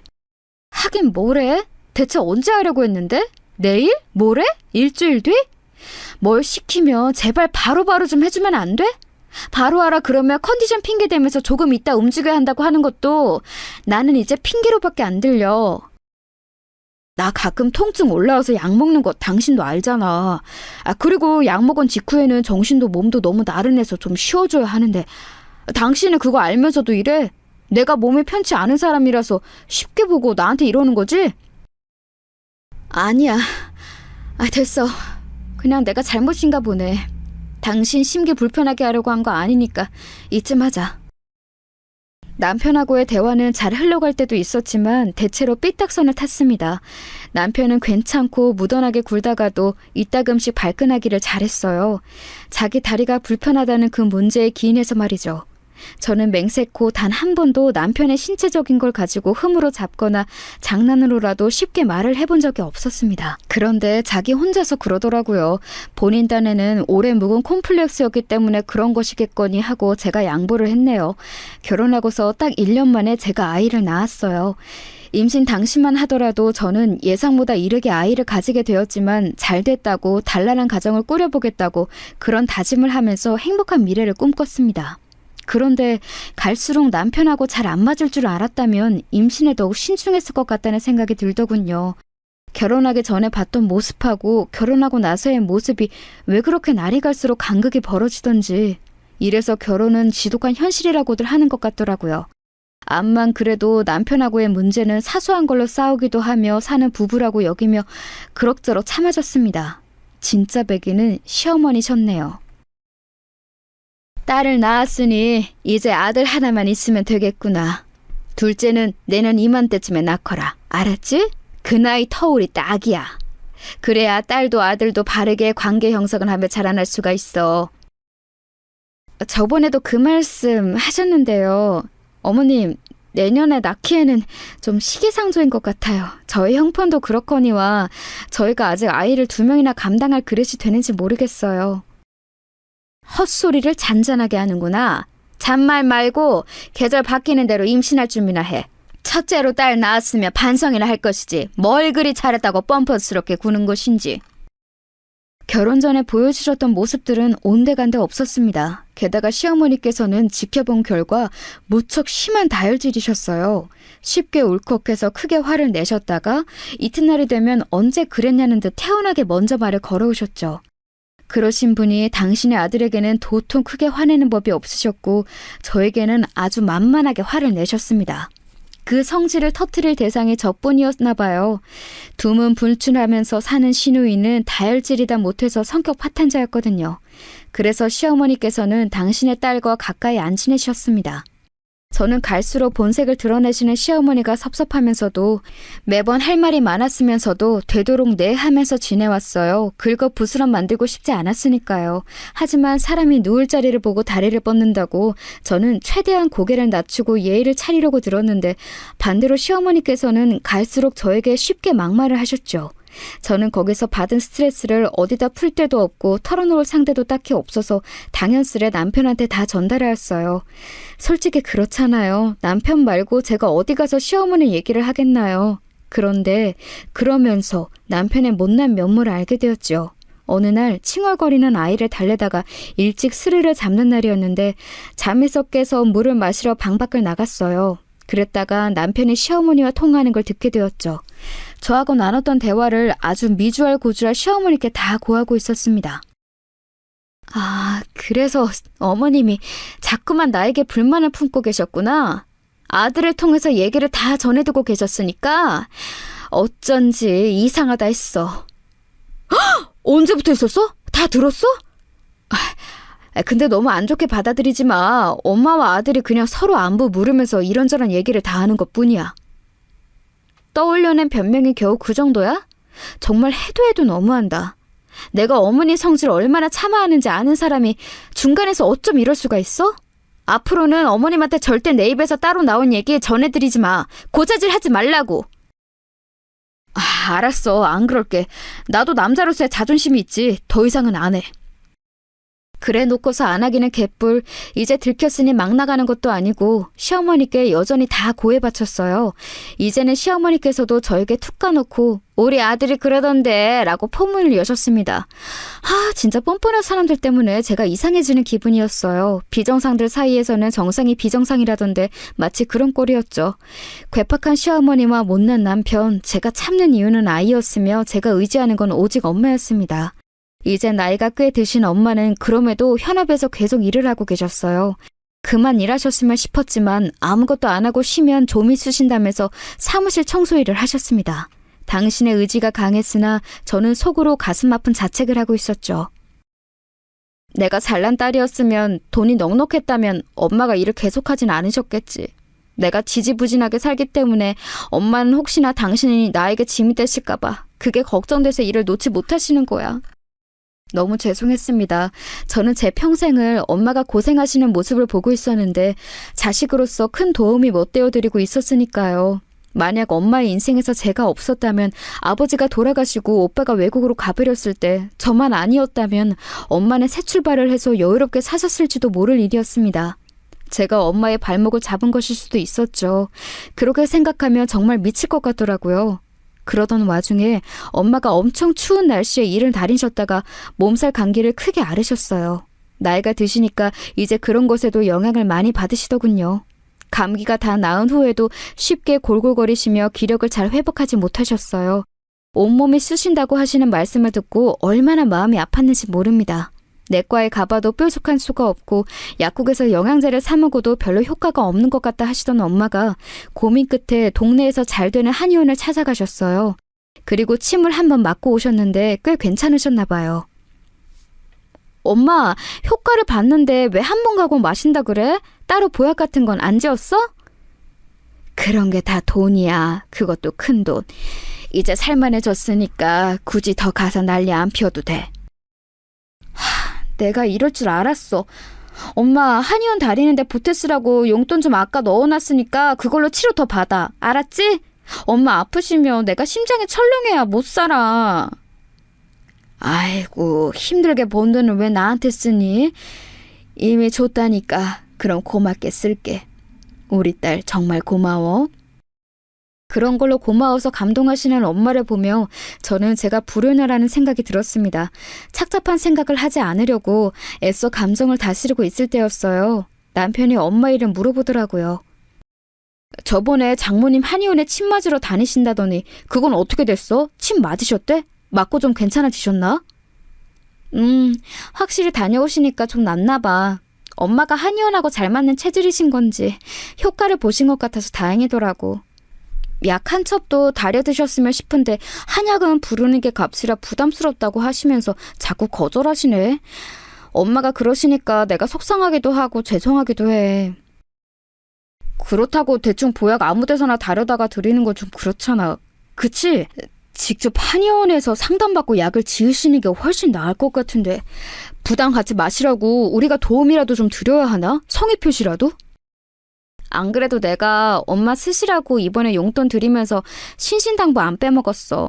혹시 돈 때문에 그러신 거라면 걱정하실 거 없이 일단 몸부터 챙기시고 우리한테 돈 내미셔도 된다고. 말뿐인데도 무척 좋아하시더라. 남들은 30만 원이라는 금액 아무렇지 않게 부모님 용돈으로 드리고 그럴 텐데. 그냥 생각이 많아지네. 뭐 30만 원? 진짜? 통 크게 썼네. 나는 기껏해야 20만 원 정도를 생각하기는 했는데. 그래. 아무튼 잘했어. 장모님 건강이 우선이지. 그렇고 말고. 남편의 반응에서 왠지 떨떠름한 기운을 감지했어요. 저는 그냥 생각도 못했다가 들어서 잠깐 놀랐나 보다 이렇게 생각하고는 말았는데요. 제가 또 아니랬던 거죠. 다음 날이 되어서야 문득 남편의 입당속을 해야 한다는 생각이 들었습니다. 아뿔싸 싶었어요. 그런데 아니나 다를까요. 이미 남편은 주둥이를 턴 뒤였어요. 시어머니께서 득달같이 저에게 따져 물으시더군요. 넌 뭐야? 너 대체 뭔 생각으로 30만 원이라는 돈을 덜컥 네 엄마한테 보내고 지랄이야? 어머님, 지금 네 엄마라고 하셨어요? 왜 그런 실언을 하세요? 너무 흥분하신 것 같은데 좀 가라앉히세요. 듣기 거북합니다. 실언 같은 소리 하고 있네. 거북한 건 네가 네 애미한테 마음대로 30만 원씩이나 용돈으로 턱 보낸 걸 두고 바로 거북하다고 하는 거야. 제가 그렇게 큰 잘못을 한 건가요? 빠듯한 형편이긴 합니다만 저희 엄마가 요새 건강이 별로 안 좋으신데 거기다 대고 30만 원 못 드릴 정도는 아니에요. 그리고 어머님, 어떻게 네 애미라는 천박한 언행을 입에 담으실 수 있으세요? 제가 어머님의 다혈질이신 거 익히 알고 있는데도 이건 진짜 간과할 수가 없네요. 하루에 12번도 더 계산기 두드리면서 가계부 착착 써도 모자랄 판에 네가 황당한 짓거리나 일삼고 있으니 내가 네 정신머리 똑바로 고쳐놓을 수만 있다면 천박해지는 게 뭐가 될 수니? 내가 지금 나 좋다고 너한테 이러는 것 같아? 다 너희 위해서 피가 되고 살이 되는 조언을 해주는 거야. 30만 원? 그거 쓰기 전에 너 우리 범준이하고 상의는 했어? 이번 달 생활비가 어떻게 되겠다. 이런 거 계산 다 마치고 한 거 맞아? 시어머니의 고함에 머리가 다 아팠습니다. 이쯤 되니까 저는 이런 상황에서 그래, 내가 잘못이다 라는 생각을 하고 있더라고요. 좀 더 치밀하고 철저했어야 했는데 괜히 부주의해서 남편이 시어머니께 또 전부 고자질하도록 만든 아니란 제가 잘못이었습니다. 한편으로는 좋게 생각하려고 애도 써봤죠. 시어머니께서 억척스레 구시느라 지금 저러시는 거구나 이렇게 여겼습니다. 당신의 아들을 끔찍히 위하시는 분이니 돈 나가는 게 남편의 고생과 같은 거라고 느끼셔서 크게 화가 나신 거라고 속으로 생각을 해봤죠. 그래서 그때 시어머니께 대충 그냥 죄송하다는 식으로 둘러대고 마무리를 했어요. 앞으로는 더 제 자신이 부주의하지 않으면 된다고 여기면서요. 주둥이 가벼운 남편은 그냥 이거 가지고 잔소리하기도 싫더라고요. 이런 남자를 배우자로 맞은 제 팔자가 지독히도 박복하다고 스스로를 비웃었네요. 그런데 이렇게 참고 또 참고 산 제가 도저히 참을 수 없는 일이 곧 벌어지고 말았습니다. 그로부터 한 달 뒤에 시어머니 생신이었던 건데요. 저는 자칭 효자인 남편이 알아서 시어머니 생신 아이디어를 내길 바랐습니다. 제가 저희 엄마 용돈 30만 원 드린 것 가지고 남편의 고자질을 겪고 시어머니의 타박을 받았으니 시어머니의 생신은 그냥 남편이 알아서 해결해 보기 원했어요. 하지만 시어머니께서 예상치 못하게 먼저 생신 선물을 지정하셨습니다. 그걸 저한테 말씀을 하시더라고요. 예, 나는 너희들한테 거나한 거 요구할 생각이 랑 없어. 거창한 선물 그런 거 받아봤자 뭐 하겠니? 서로 부담만 되고. 그런 거 가만 보면 실용성이 하나도 없지. 올해는 그냥 현금만 받고 치우련다. 다른 건 아무것도 하지 마. 그게 너희들한테도 좋잖아. 저희는 뭐 어머니께서 원하시는 대로 최대한 맞춰드리는 거죠. 어머님 혹시 저번 일로 저한테 삐지셨다거나 그러셔서 거창한 거 안 받겠다고 하시는 건 아니죠? 그러면 저 너무 마음 불편해서요. 내가 그깟 일로 왜 삐지니? 너도 참 별 이상한 걱정을 다 하는구나. 정말 솔직히 그 순간 시어머니께 감사한 마음이 들었어요. 정말 돈만 들이고 치우는 그런 생신이 될지는 미지수였지만 어쨌든 말씀이나마 그렇게 해주셔서 듣는 입장으로는 썩 나쁘지 않더라고요.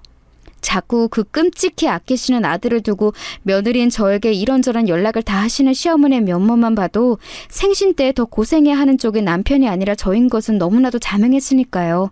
그간 남편은 시어머니 생신 때마다 건강하세요, 사랑합니다 이런 축하 인사만 멋쩍은 표정으로 드리면 그게 효도를 다하는 거였고 미역국부터 잡채까지 음식 차리고 뒷정리하고 드린 선물에 대한 각종 잔소리 같은 의견을 들어드리는 것도 제 몫이었지요. 이번에야말로 남편에게 많은 걸 전가할 심산이었지만 어찌됐든 시어머니께서 그렇게 말씀해 주시니 반가운데요. 순간적으로 30만 원을 떠올렸다가 그래도 생신인데 아니지 싶어서 50만 원까지 액수를 생각했습니다. 남편에게도 말했더니 괜찮아 하더라고요. 순전히 제 짐작이었지만 제가 엄마께 용돈으로 드린 30만 원보다 큰 액수라서 흔쾌히 괜찮은 느낌이었네요. 그런데 시어머니께서 제 예상을 뛰어넘는 액수를 말씀을 하시더라고요. 네? 어머님 지금 100만 원이라고 하셨어요? 너 왜 그렇게 놀라니?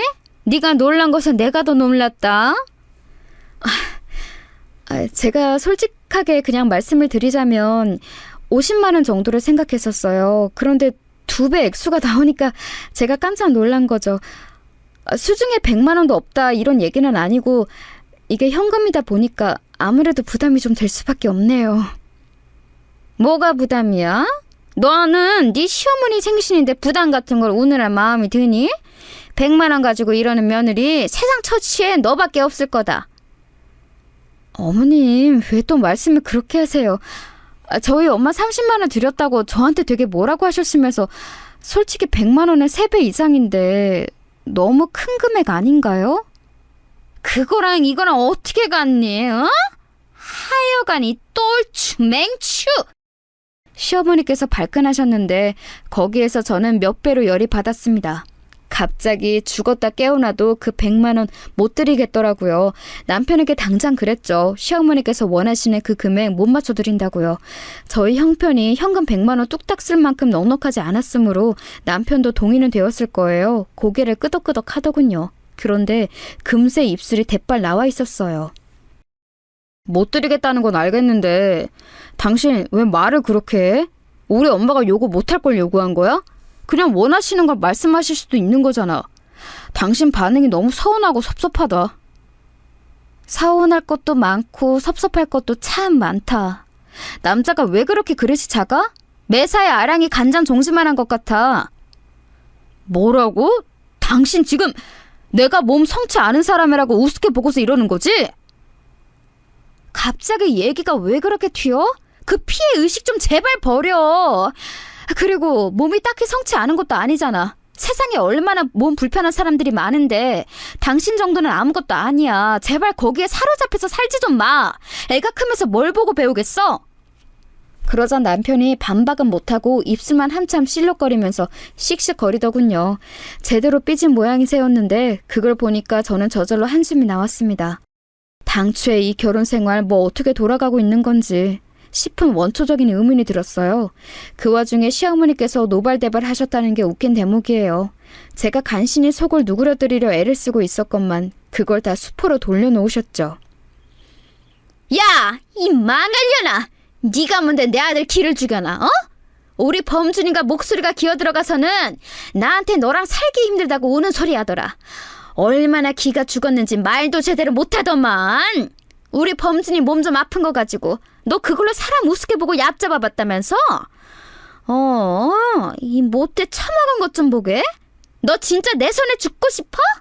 내가 네 애미한테 30만 원 턱 내놓고 시어머니 생신에는 100만 원 주기 싫어서 용을 쓸 때부터 이것이 요즘 싸가지가 제대로 죽었다는 걸 알아왔음이야. 너 어디 한번 내 손에 죽어봐라. 계속 듣다가는 귀가 썩을 것 같아서 멋대로 통화 종료했습니다. 그리고 저는 그 어느 때보다도 차가워진 제 이성을 느꼈어요. 갑자기 지금까지와는 다른 느낌으로 사리 분별이 되면서 걸핏하면 발작해대는 다혈질 막말 대장 시어머니나 열등감으로 똘똘 뭉쳐있는 고자질쟁이 마마보이 남편이나 다 상관이 없어졌어요. 이들과 더 이상 엮이고 싶지 않다는 생각 하나로 귀결이 된 후였거든요. 저는 시어머니께서 부르주는 돈이라는 거 입금해 드리기로 했어요.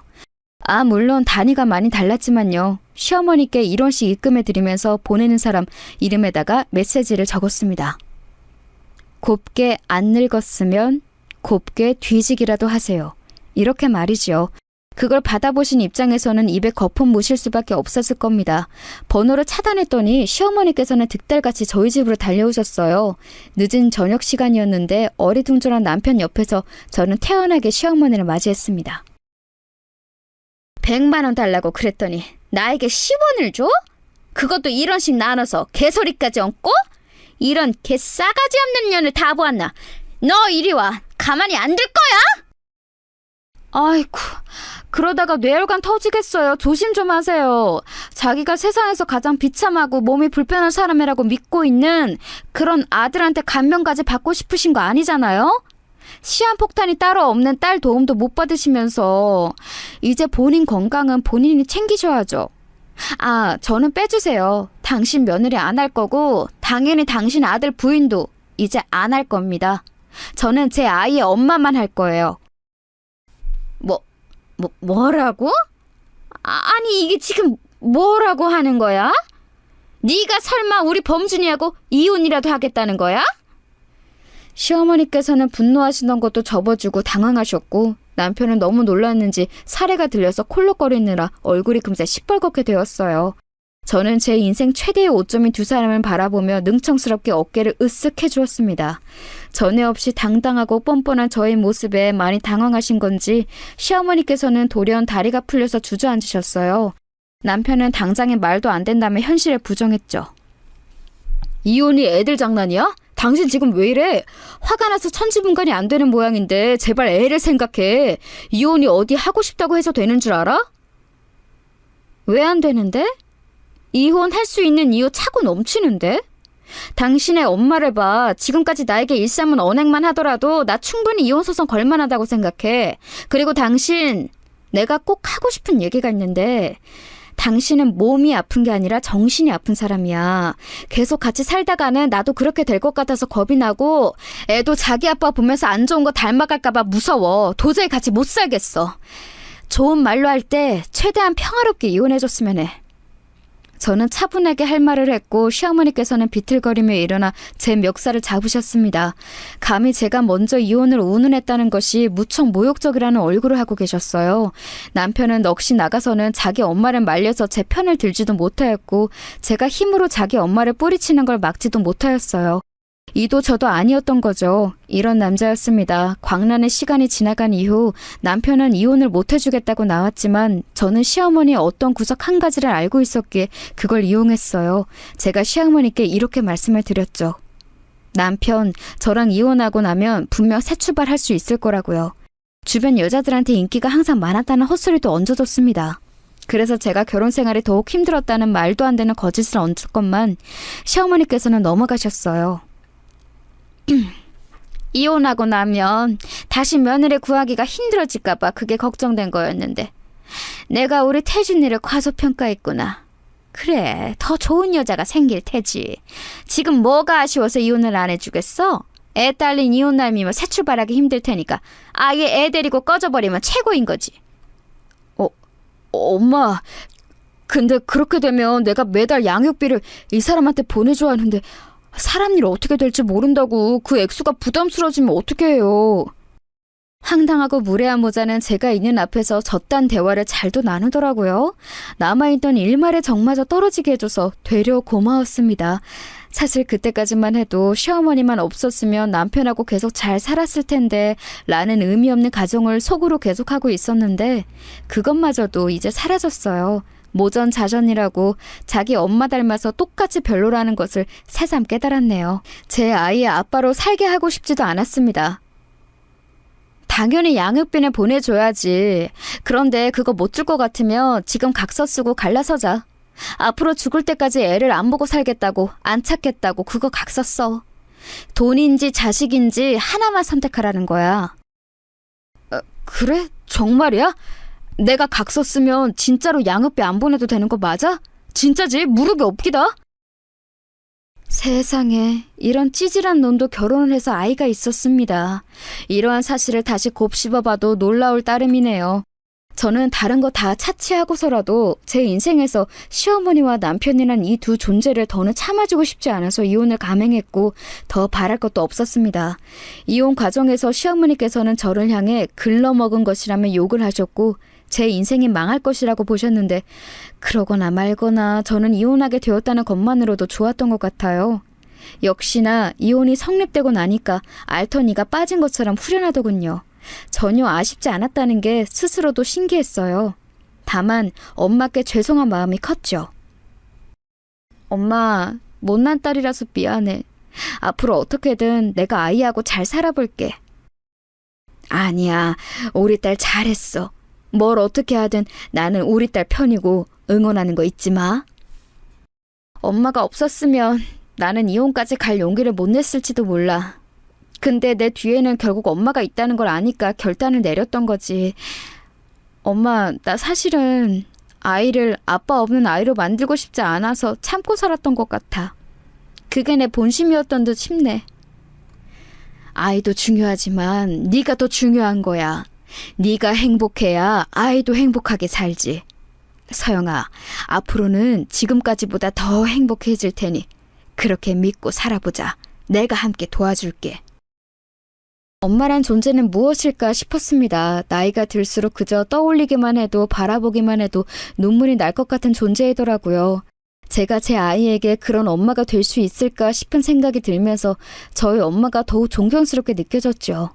엄마가 아이를 봐주셔서 제가 일을 마음 놓고 다닐 수 있었어요. 정말 열심히 일상을 살아나갔습니다. 그리고 얼마 지나지 않아서 정말 놀라운 일이 벌어졌어요. 어떤 일인지 예상 가시나요? 제 친오빠요. 어릴 적에 떨어진 이후로 소식조차 모르고 살았던 그 존재 말이에요. 갑자기 엄마에게 연락을 해오더니 엄마와 저를 보려고 찾아왔습니다. 너무 오랜 시간 찾아뵙지 못했어요. 죄송해요. 엄마, 제가 공부를 좀 오래 해서 직장도 늦게 잡았고 결혼도 늦게 했는데 지난달에 아이가 태어났어요. 근데 태어난 제 자식을 보니까 엄마 생각이 나더라고요. 마지막으로 봤을 때 꼬맹이였던 제 동생도 떠올랐고요. 엄마의 연락을 받기 싫다고 사춘기 시절에 괜히 철이 없어서 객기로 고모께 말씀을 드렸던 것인데 사실은 그 이후로 후회를 했지만 자존심 때문에 처리하지 못했습니다. 서훈아, 우리 아들 울지 마라. 네 잘못 아니야. 너 잘못한 거 하나도 없어. 지금까지 건강하게 잘 살아줘서 고맙다. 말쑥하게 차려입은 오빠는 시종일관 무심한 표정을 짓고 있었지만 뜨거운 눈물을 흘리더군요. 참 묘한 광경이었던 것 같아요. 아주 오랜만에 본 것이라 어색했는데 현연이란 이상하더라고요. 단 몇 시간 만에 저는 오빠와 저와 친남매라는 게 금세 와닿았어요. 기억 속에 남아있는 아버지의 모습에 겹쳐 보이는 것이라든지 저와 눈매가 아예 똑같이 생겼다든지 하는 것들을 보면서 남들과는 다르구나라는 걸 느꼈습니다. 어색함이 금방 풀린 건 아니었어요. 그리고 오빠는 다시 출국을 금세 앞두고 있었으니까요. 캐나다와 프랑스, 미국을 오가며 지냈더라고요. 고생도 많았지만 지금 현재는 자리를 잡아서 꽤 안정적인 수입을 올리고 있는 중이었어요. 새언니는 미국 시민권자이지만 영어보다는 한국어가 편한 재미고표였어요. 그래서 오빠도 내내 우리나라에서 산 사람처럼 한국말을 잘하는 건가 싶었네요. 남들보다 많이 냉정한 성격을 지닌 오빠가 엄마와 저를 찾을 생각을 한 건 분명 새언니의 영향도 큰 것 같았습니다. 전화통화만 몇 번 한 게 전부이지만 굉장히 다정하고 사려 깊은 사람이더라고요. 새언니의 이모할머니 되시는 분은 한국에 거주 중이셨는데 공교롭게도 엄마 댁과 아주 가까이 살고 계셨어요. 그걸 한 이후로 종종 교류를 하게 되었죠.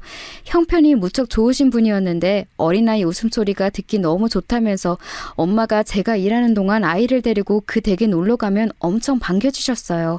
그리고 이것저것 많이 챙겨주셨지요. 여기서 또 인연이 생겨났어요. 새언니의 이모 할머니, 그분과 평생을 친하게 지내오셨다는 절친이 계셨는데요. 이 절친분께서 저희 예비 시어머니가 되셨습니다. 이분의 막내 아들과 제가 교제를 하게 되었거든요. 어쩌다 이렇게 흘러왔는지 모든 게 신기하고 얼떨결한 따름이에요. 저는 처음에 거절을 했었지만 자꾸만 저에게 돌진하는 그의 마음을 계속 모른 척 할 수가 없어서 받아주었고 연애는 생각보다 진지하게 이어졌어요. 어느새 정신을 차리고 나니까 결혼 이야기까지 오가고 있더군요. 유복한 집안에서 난 사랑을 듬뿍 받고 자란 막내 아들이 왜 저 같은 여자하고 이러는 것인지 암만 해도 안 믿겨서 저는 내심 자신이 없었습니다. 그래서 어느 날 아예 대놓고 예비 시어머니께 여쭈어 보았어요. 제가 애 딸린 이혼녀라는 거 정말 개의치 않으시는 거예요? 저는 좋은 형편에서 자라지도 살아오지도 않았고 기껏해야 전문대 나와서 최저임금을 주는 직장만 전전해온 게 전부인데요. 명문대 나오고 외국 유학까지 다녀온 대기업 다니는 막내 아들을 고작 저 같은 사람하고 맺어주셔도 괜찮으시겠어요? 우리 막내가 좋다고 하는데 내가 뭘 어쩌겠어. 자식의 인생은 자식의 것이지. 부모는 그저 자식이 좋아할 때 같이 웃어주고 슬퍼할 때 같이 울어주면서 그렇게 살면 되는 거야. 최후의 저지선에서 든든하게 자식의 등을 지켜주며 그렇게 살다가 가는 거지. 절대 그 안으로 들어가 개입하면 안 돼. 그리고 솔직하게 말을 해보자면 나는 우리 사용이가 엄청 마음에 드는걸? 내 며느리가 되어준다면야 나야 고맙지. 그 말씀을 듣고 제가 하마터면 눈물을 왈칵 쏟을 뻔했는데 간신히 참아냈어요. 저도 한 아이의 엄마로서 반드시 이렇게 여유로운 속내를 가진 엄마가 되겠다고 이 순간 다짐했습니다. 급할 건 전혀 없었고 결혼은 천천히 준비하면서 그렇게 지내고 있었어요. 모든 게 순조로운 일상. 어느 날의 주말 오전에 저는 예비 신랑의 차를 몰고서 마트에 장을 보러 나갔어요. 장을 일찍 봐서 맛있는 거 만들어다가 아이하고 셋이서 피크닉 놀이를 점심때 나갈 작정이었거든요. 생각만 해도 입가에 미소가 지어져서 오늘 하루도 참 행복하겠다는 예감을 하면서 문득 옆을 쳐다봤어요. 4차선 도로에서 막 신호 때문에 멈춘 직후였습니다. 그런데 웬 화분을 파는 노점상 앞에서 옥신각신하는 손님들이 보이는 게 아니겠어요? 딱 보니까 화분을 구경하다가 그걸 깨먹어서 주인과 손님들이 실전을 벌이는 상황 같았어요. 문제는 그 손님들이 제가 아는 얼굴이라는 것에 있었죠. 조수석 창문을 쭉 내리자마자 익숙한 목소리가 들려서 제가 코웃음을 쳤습니다. 뭡니까? 지금 내가 그깟 5,000원 물어주기 싫어서 이러는 걸로 보이세요? 혹시 내가 다리 좀 불편하다고 그거 보고 지금 나를 우습게 여기시는 겁니까? 전 남편의 못난 모습에 고개를 절레절레하고 있을 때 그 옆에 있던 전 시어머니와 눈이 딱 마주쳤어요. 그러자 긴가민가하는 표정으로 무척 놀라시더군요. 제가 큰 소리로 외쳤죠. 여기서 다 뵙네요. 그간 잘 지내셨어요? 세상에, 네가 뭔 일이야? 이 삐까뻔쩍한 차는 다 뭐고? 너 어디 로또에 당첨됐니? 당황해서 외치시는 동안 전 남편은 헐레벌떡 차에 가까이 다가오더니 뒷좌석에 반쯤 열린 창문으로 아이를 확인했어요. 아이가 뒤에 타고 있었거든요. 전 남편이 창문 사이로 다급하게 그러더군요. 아빠야, 아빠! 우리 귀염둥이 아빠 알아보겠어? 그러자 아이가 그 즉시 짜증스러운 표정을 지으며 고사리 손으로 잘도 버튼을 눌러서 창문을 올려버리더라고요. 전 남편이 당황해서 뒤로 자빠지기 일보 직전인 모습을 저는 웃음을 꾹 참으며 쳐다보았습니다. 어느새 옆으로 함께 다가와 있는 전 시어머니까지 모자 둘이서 여전하다 못해 전에 없이 행세까지 남루해 보이는 모습이었어요. 전 남편을 향해서 혀를 끌끌 차준 제가 전 시어머니를 향해서는 마지막으로 이렇게 외쳐주었어요. 화분 얼마 안 하는데 그냥 물어주세요. 제가 예전에 드린 돈도 있잖아요. 10원이요. 그거 보태 쓰시면 되겠네요. 그럼 저는 가볼게요. 일정이 바빠서요. 마마보이 아들하고 즐거운 주말 보내세요. 차가 앞으로 나아갈수록 사이드 미러를 통해 보이는 두 사람의 모습이 작아지더군요.